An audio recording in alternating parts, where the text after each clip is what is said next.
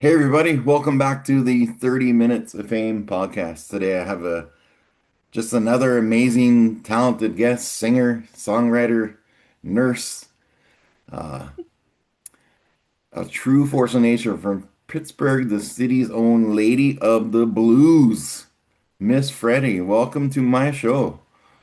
Hi, thank you. Thanks for having me. Hey, everybody. So you've got quite a story. I've been listening to your music. When all you people hear this later, it's like a soul massage. That's what I. It's just good for the soul music. And yeah, you started singing at a pretty young age. I read a story somewhere about a solo nightmare at church. So what's the story there? That's my second famous story about me. Um, but I started singing as a kid, and there was a girl in the neighborhood. We were friends. We would pretend we were singing in front of thousands, and we would just make up songs, or back then just sing whatever the latest song was. So I joined a local church, and they talked me into joining the choir, which I didn't think I could sing, but that's besides the point. And then it was my turn to do a solo. It was absolutely horrible. The church went silent. And I said, and there is my stage fright. I developed stage fright Hmm. right then and there. So for years, if I joined a local church wherever I lived at, I would sing in the choir, but just do background, didn't want to be out front. I would always make sure it depends on how many was in the choir, but I always like was in the back and my voice was always lower. So that was that. That's how I developed my stage fright. It was terrifying, 15-year-old.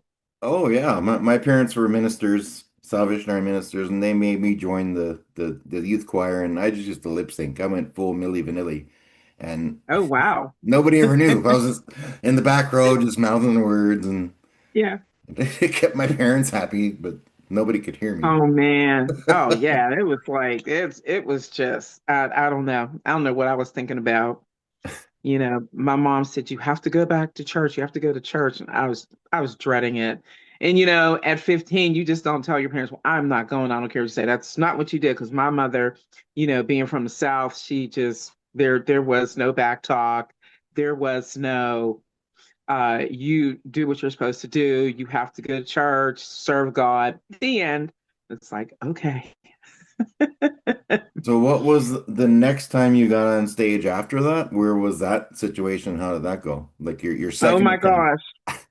So my second story, and a lot of the local musicians who've known me for these past 30 years, I was dating a bass player, and I would go out and hear his band, and they did blues, and I liked it. They were pretty cool. Then one day he heard me sing Silent Night to my youngest child, and I was singing a cappella, and he's like, I didn't know you could sing. I said, I didn't know either. He said, well, we're looking for a singer. And I was very hesitant, and it took a lot of convincing, from him. So I finally went and auditioned. So the band was in one room, and they had like 100-foot cord, had to be, at least in my mind, I thought it was. I took the microphone, went into the bathroom, shut the door, turned the water on, and just started.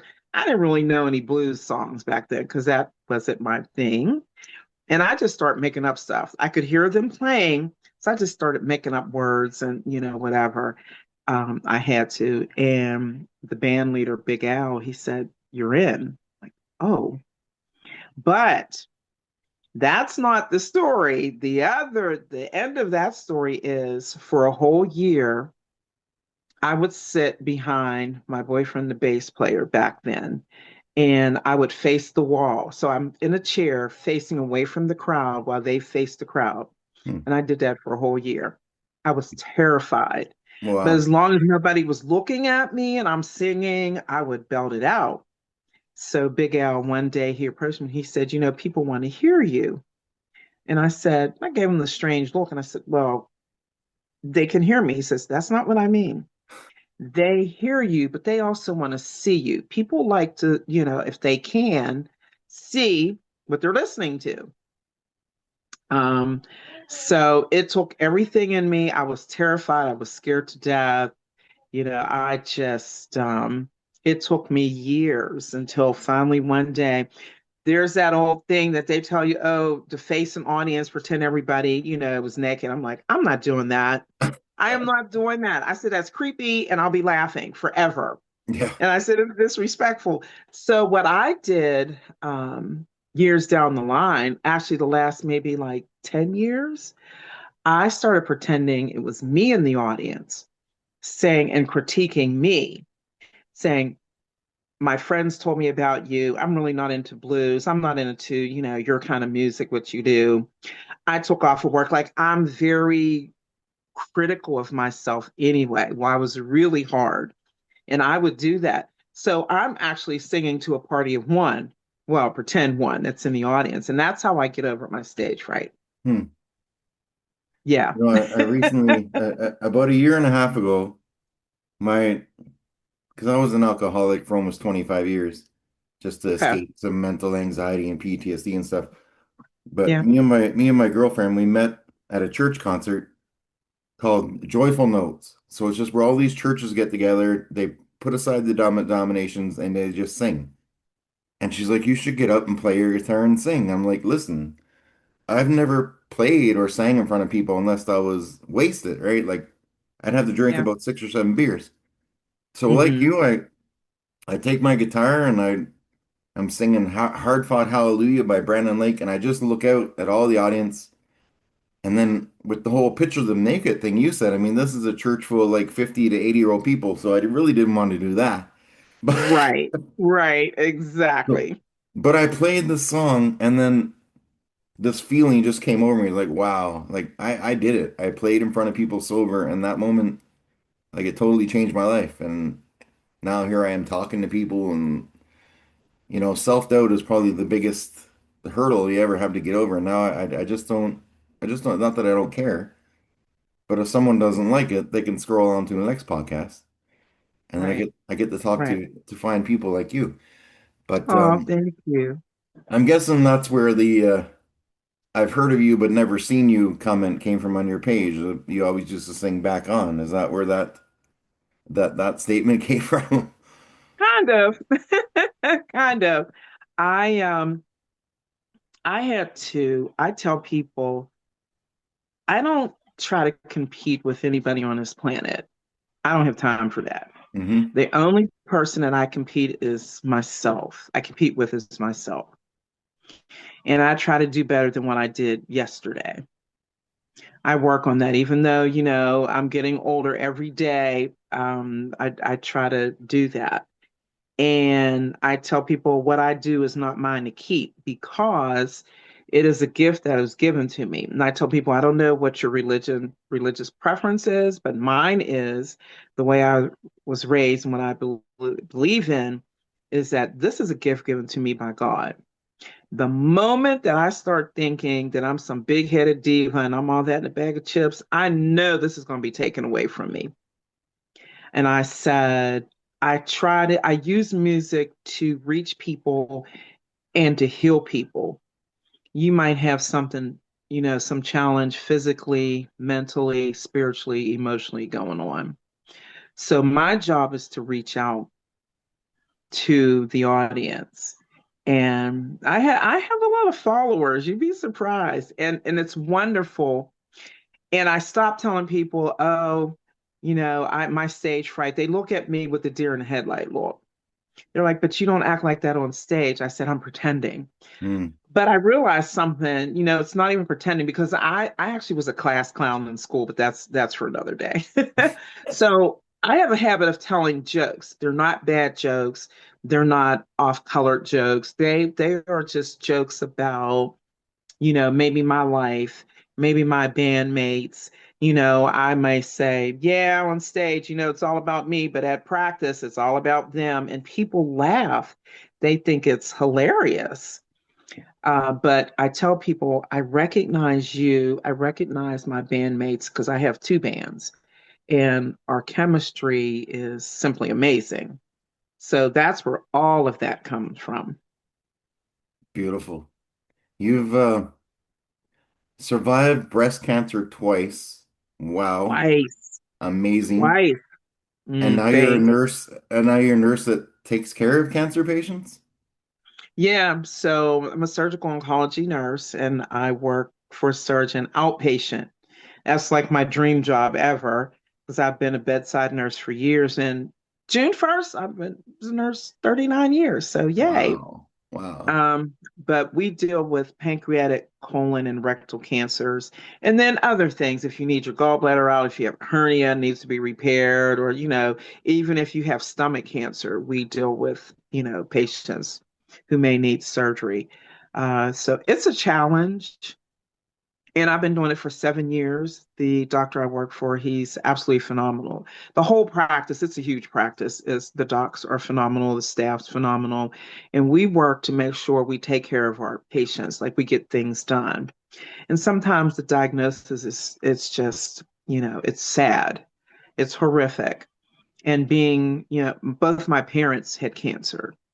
Wow. Um, and they passed away.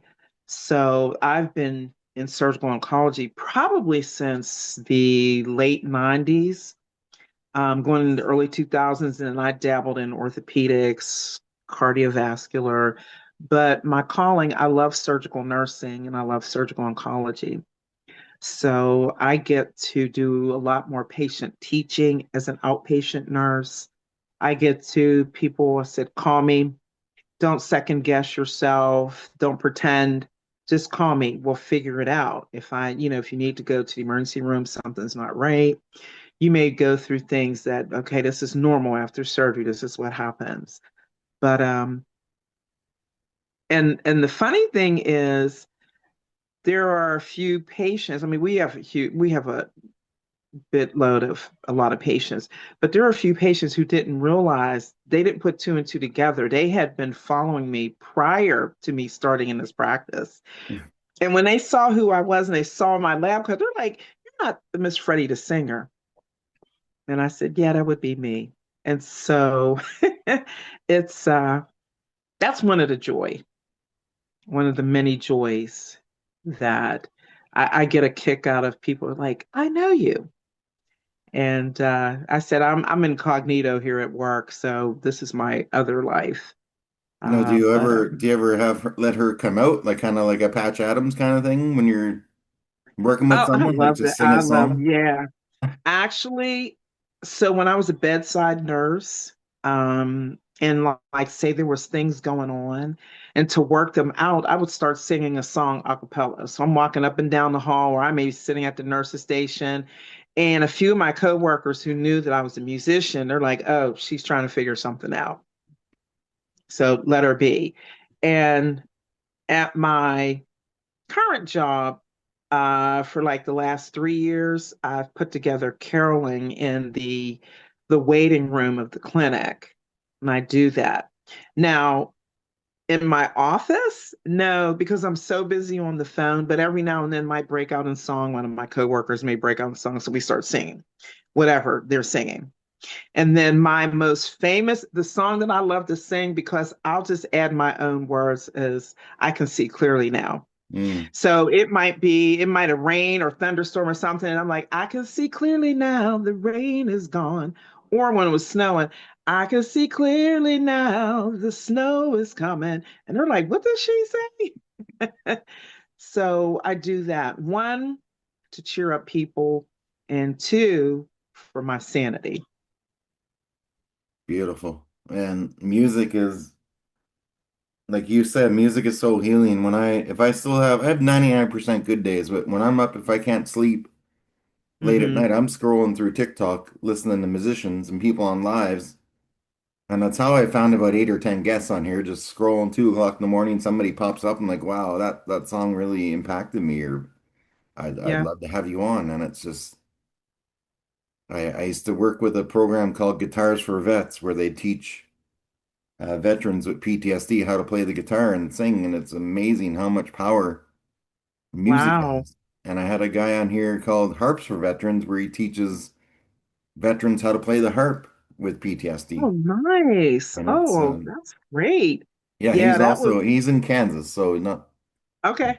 yeah, I just love meeting all these people and then meeting Michael and him sending me all these amazing musicians. Um, Yeah. if you could pick one person though to play a show with, alive or dead, who are you picking? Who are you going on tour with? Coco Taylor. Coco Taylor? Yes, Coco Taylor. May she rest in peace. She actually passed away in 2009, the day after my birthday, June 3rd. She uh she lived in Chicago. She was noted to being Queen of the Blues. She's got tons of music on YouTube. I got turned on to her by Big L, my first band, and he told me the different people I need to go listen to. Howlin' Wolf, Muddy Waters, Big Mama Thornton, Coco Taylor, Etta James. And so I started listening, and Coco Taylor stood out. I loved her stage presence. She was this rough and ready woman. And I know local musicians here in Pittsburgh who've had a chance to meet her, to talk with her. And they said, you would have absolutely loved her. Y'all would have got along. I said, I know. I said, when she did her concert here in Pittsburgh, when I was a bedside nurse, people, they knew my background. Coco Taylor was a big influence. And I was going to call off. And then my boss, because I was working night shift, and then my boss had told me the day before, she's like, I know your most, admired person is coming to Pittsburgh. I'm looking at her with the deer in the headlight. Well, she said, please don't call off. I'm like, oh God, no, I'm gonna go see her. But I didn't. I couldn't find anybody to trade. Nobody wanted to work nights, a 12-hour night shift. No way.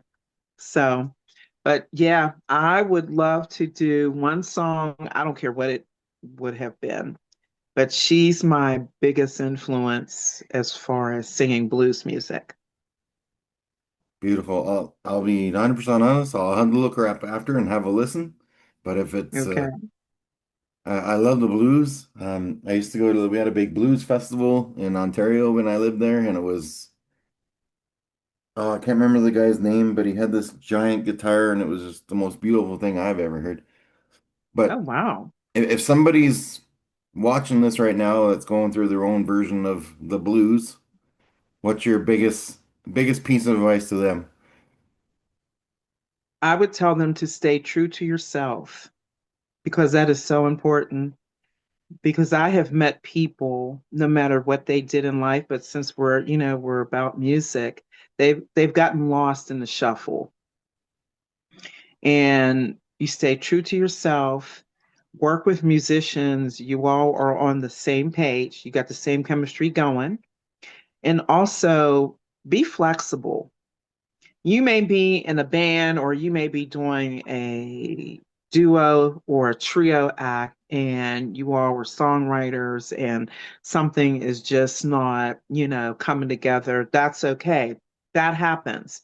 You don't have to be perfect about it, but keep in mind, yep, song sounds great, but how's the audience going to feel about it? But stay true to yourself and work hard, do your homework. Just don't be out there doing it because. I mean, that's not a good reason because you're going to get burned out, you're going to get discouraged, and you're just going to give up on a craft that you are more than likely fantastic at. And Wow. always have a strong belief in your heart and your spirituality, no matter what your religious preference is. Always have that. I was uh I was having a browse of your website a couple days ago and I noticed all these lists of like charitable events you do, like playing for veterans, cancer centers, just one right after each other. But for you, what's it like when after a show, it's just someone walks up to you and says, "Hey, th this really impacted me," or "This song really hit me." Like, what's that like to you personally?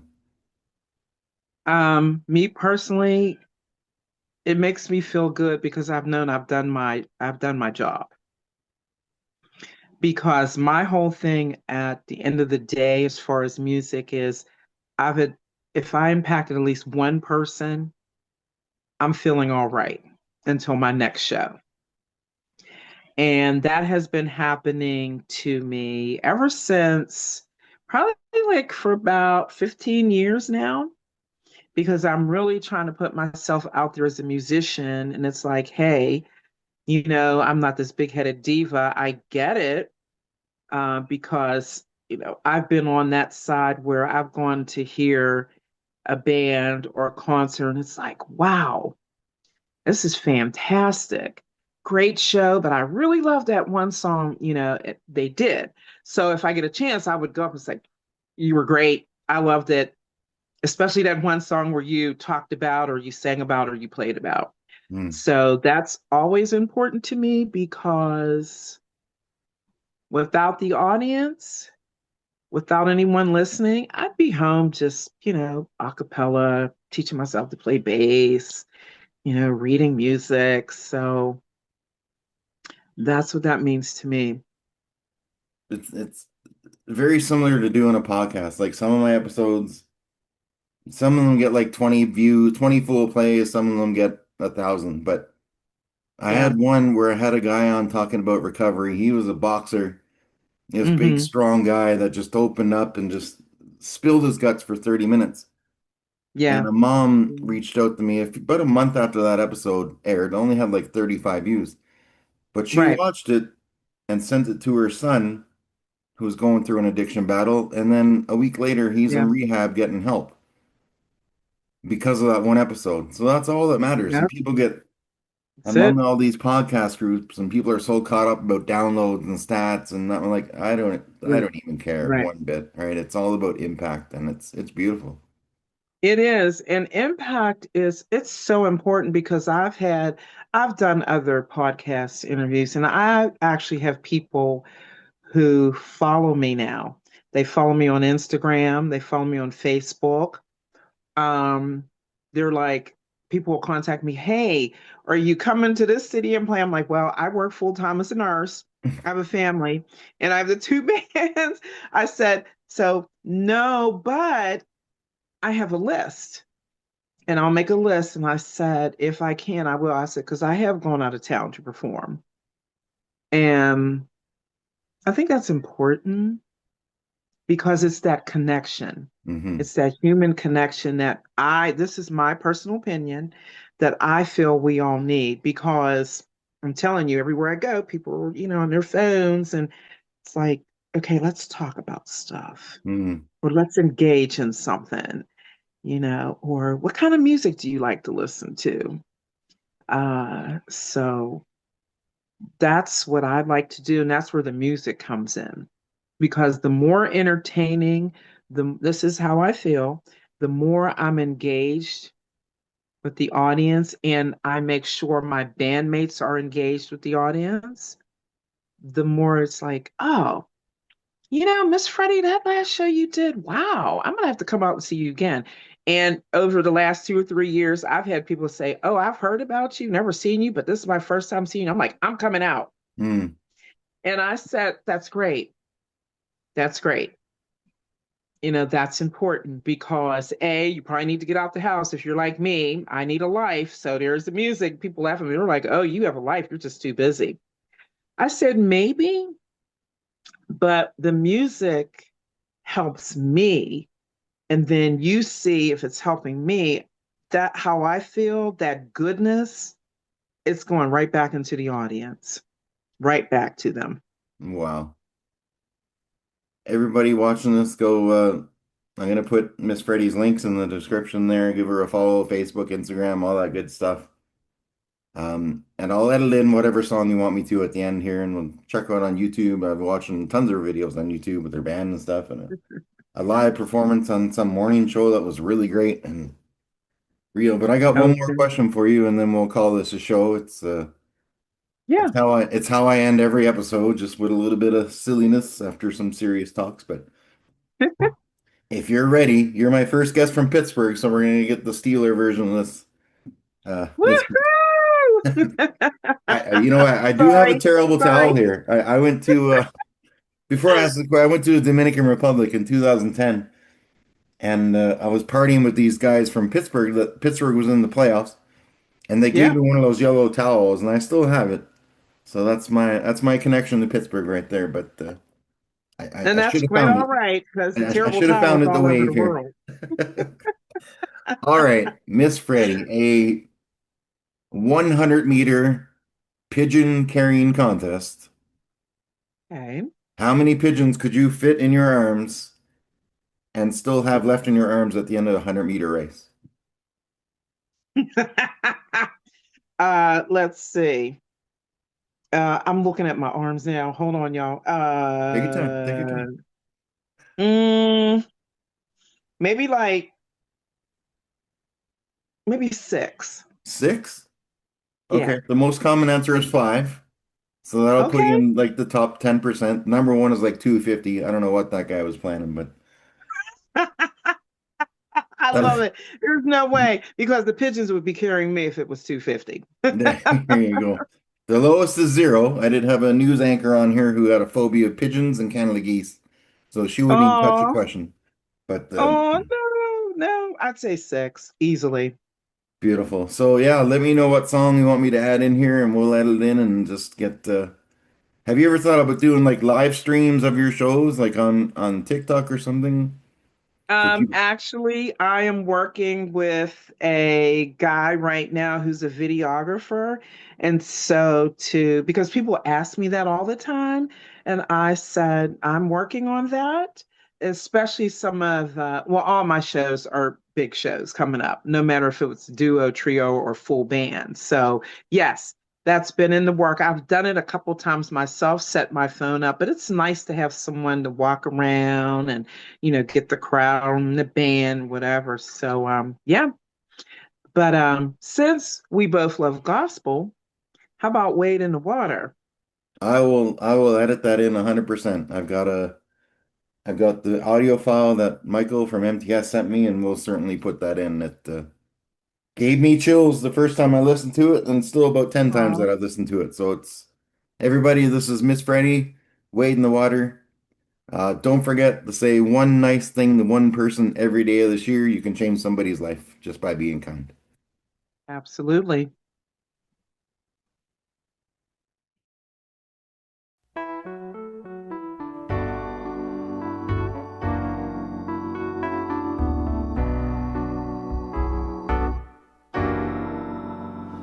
Wade in the water, wade in the water, children, wade in the water. God's gonna trouble the water. See that host all dressed in red.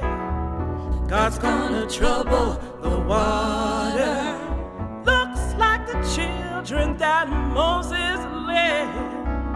God's gonna trouble the water. Well, wade in the water. Wade in the water, children, wade in the water. God's gonna trouble the water. See that host all dressed in white. God's gonna trouble the water. Well, it looks like the children of the Israelites. God's gonna trouble the water. Well, wade in the water. Wade in the water, children, wade in the water. God's gonna trouble the water. Wade in the water. Wade in the water, children, wade in the water. God's gonna trouble water. See that host all dressed in red. God's gonna trouble the water. Looks like the children that Moses led. Wade in the water, children, wade.